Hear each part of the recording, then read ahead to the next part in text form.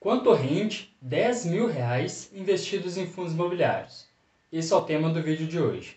Vou mostrar para vocês uma ferramenta fácil de usar que vocês conseguem simular quanto renderia uma carteira de fundos imobiliários. Para isso, selecionei os maiores FIIs dentro de cada segmento para compor essa carteira. E fica até o final do vídeo que vai ter uma simulação extra para vocês.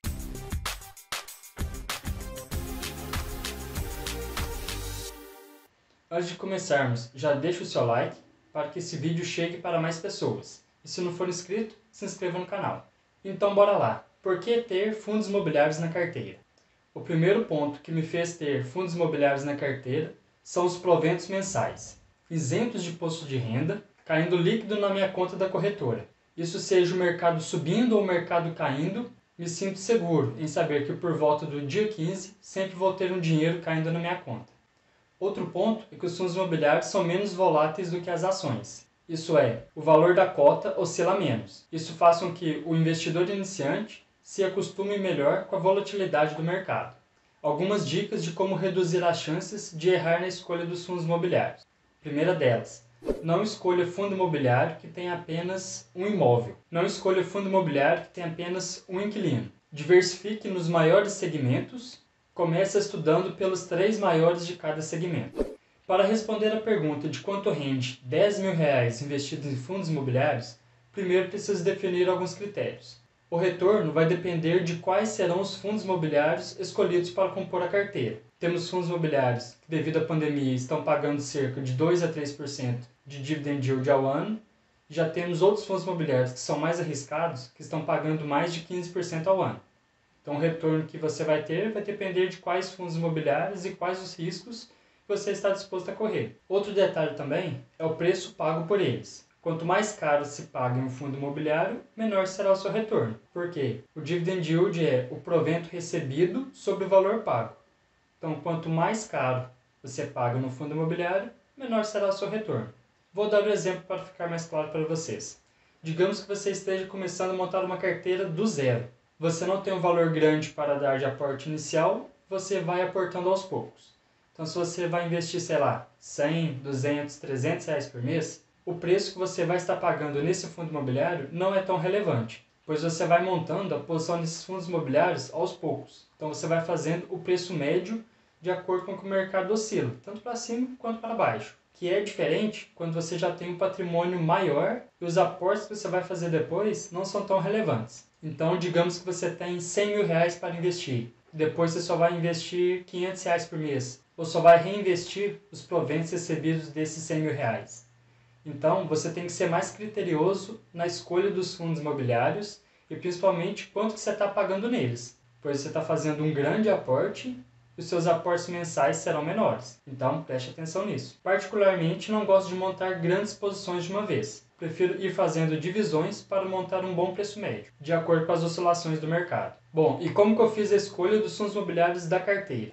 Para isso, eu peguei o IFIX, que é o Índice dos Fundos Imobiliários, filtrei ele por setor e fui pegando os maiores fundos imobiliários dentro de cada segmento. Então vamos para o meu computador para mostrar para vocês como ficou.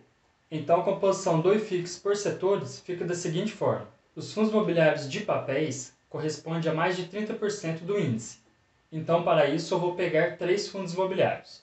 Eu vou descartar o primeiro, que é só para investidores qualificados, e eu vou descartar o segundo, que já vai ter outro fundo da Quineia dentro da carteira, e eu não gosto muito do fato da Quineia abrir subscrição só para correntistas do Itaú. Portanto, nessa carteira simulada, não vou adicionar 2 fundos deles. Então, vamos pegar os 3 próximos, que seria o IRDM11, MXRF11 e o RSR11. Lembrando que não significa que estes sejam os melhores fundos imobiliários, mas com certeza eles valem um estudo. O próximo é o segmento de imóveis industriais e logísticos. Corresponde a mais de 20% do índice. Portanto, vamos escolher 2 fundos imobiliários. Esses 2 fundos imobiliários serão os 2 primeiros, que é o HGLG11 e o XPLG11. O próximo são os fundos imobiliários de lajes corporativas. Corresponde a 12% do índice, portanto, vamos escolher um fundo imobiliário, que será o BRCR11. Os próximos são os fundos de fundos, que corresponde a 10,55% do índice. e, portanto, será escolhido um fundo imobiliário, que será o HFOF11. Segmento misto corresponde a 10,27% do fundo e será escolhido o KNRI11. O que é um fundo misto? É um fundo imobiliário que tem imóveis de mais de um determinado tipo. Então, no caso do KNRI, ele tem imóveis logísticos e tem imóveis de lajes corporativas. Por isso que ele é misto. Ele tem os dois dentro de um único fundo imobiliário. Fundos imobiliários de shoppings corresponde a 10,22% do índice e será escolhido um também, que será o HGBS11. Estes são os 6 principais segmentos que todo investidor deveria pensar em ter em carteira. Os fundos imobiliários de agências e bancos eu não gosto muito. Por quê? Hoje, com a digitalização, tem uma tendência cada vez maior do fechamento de agências pelos bancos. Então, não gostaria de investir em um fundo que tem vários imóveis, mas esses vários imóveis estão alocados para somente um inquilino. Então, vamos dar o exemplo do BBPO. É um fundo imobiliário que tem agências do Banco do Brasil. Ainda não aconteceu. Mas imagina se o Banco do Brasil chega e fala que quer fechar várias agências em prédios que compõem o portfólio desse fundo imobiliário. Os rendimentos ficarão bastante prejudicados. Portanto, evitem esse segmento. Fundos de desenvolvimento têm 1,92% do índice. Apesar de termos poucas opções nesse segmento e ser de maior risco, eu acho interessante para dar aquela apimentada na carteira.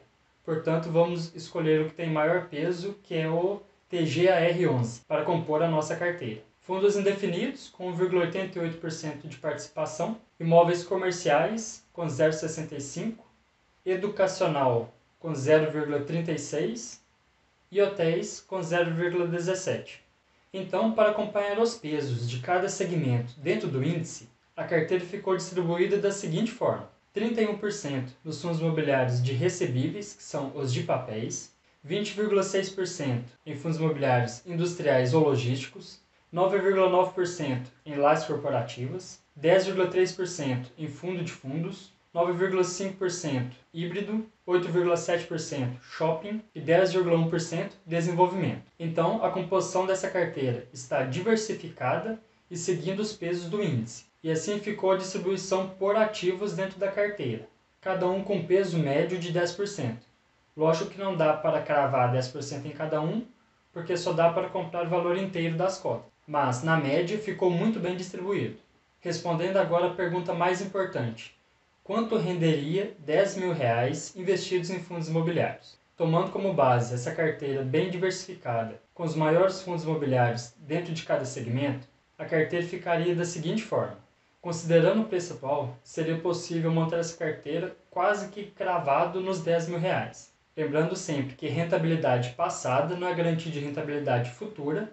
Eu considerei quanto que o fundo imobiliário pagou nos últimos 12 meses, mas não tem como a gente saber exatamente quanto que esses fundos imobiliários irão pagar nos próximos 12 meses, mas dá para a gente ter uma noção.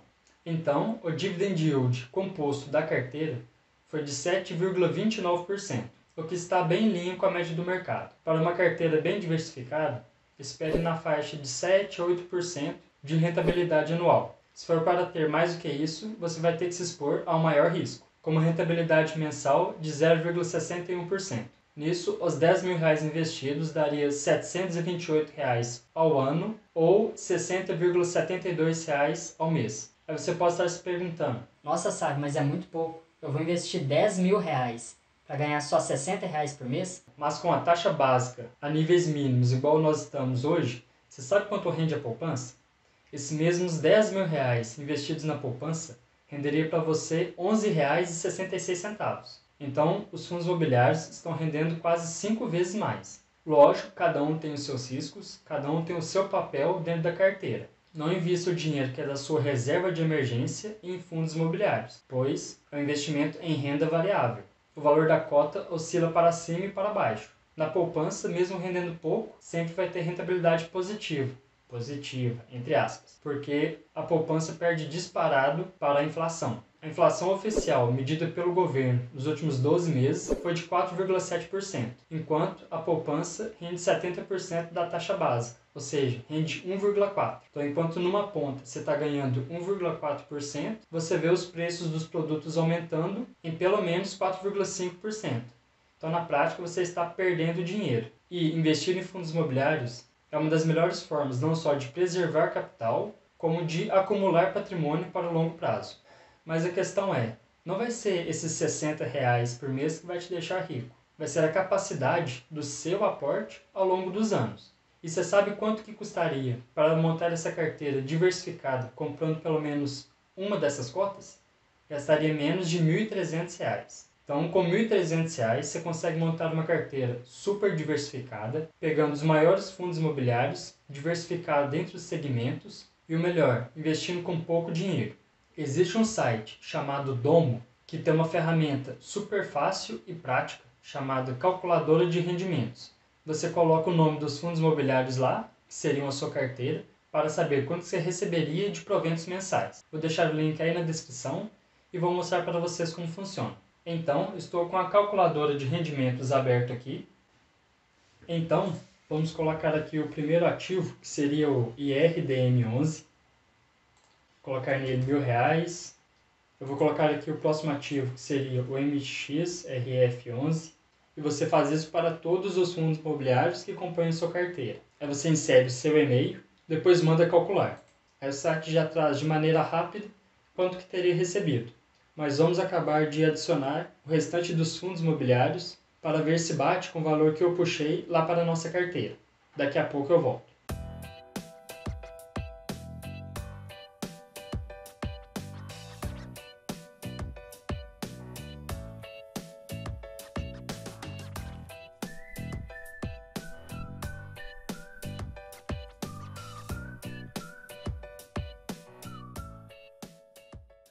Pronto, acabei de inserir todos os ativos da nossa carteira aqui no simulador. E vamos ver quanto que daria. Clique em calcular. Esse dividend yield ficou abaixo dos valores individuais que eu havia pego no site. Mas é uma maneira mais fácil e simples da gente ter uma noção de quanto que renderia a nossa carteira. Lembra que eu comentei sobre uma simulação extra que eu iria fazer? Alguma vez você já parou para pensar, com o valor que você investe hoje, em quanto tempo você teria R$1 milhão? Neste mesmo site tem um simulador. Vamos lá conferir. Digamos que eu não tenha nada para investir inicialmente. Então vamos colocar aqui 0. Quanto que eu aporto mensal? Eu aporto R$100 por mês. Você coloca novamente aqui o seu e-mail e manda ele calcular. Aí eles comparam aqui a poupança com Tesouro Selic, com CDBs, ações e fundos imobiliários. Aqui está com rendimento errado. O site coloca como 1,69% ao ano, mas não é isso que a poupança rende. A poupança rende 70% da taxa base. Então a rentabilidade real da poupança seria de 1,4% ao ano. Então, investido R$100 por mês em fundos imobiliários, você conseguiria atingir R$1 milhão em 52 anos. E na poupança, considerando essa taxa aqui que já está mais alta, em 160 anos. Aí vocês fazem a própria simulação de vocês com o aporte que vocês conseguem. Sávio, eu guardo R$250 por mês. Então você já conseguiria atingir R$1 milhão em 41 anos. Eu guardo R$500 por mês. Então já seria possível atingir R$1 milhão em 33 anos. Então o que vai determinar em quanto tempo vocês vão conseguir atingir o objetivo é a capacidade de aporte. Quanto mais conseguir aportar, mais rápido você vai atingir a sua liberdade financeira. E quanto tempo você tem para investir também. Mas me diz aí, você tem fundos imobiliários na carteira? O que achou do dividend yield dessa carteira simulada? Obrigado por ter assistido até aqui e a gente se vê no próximo vídeo.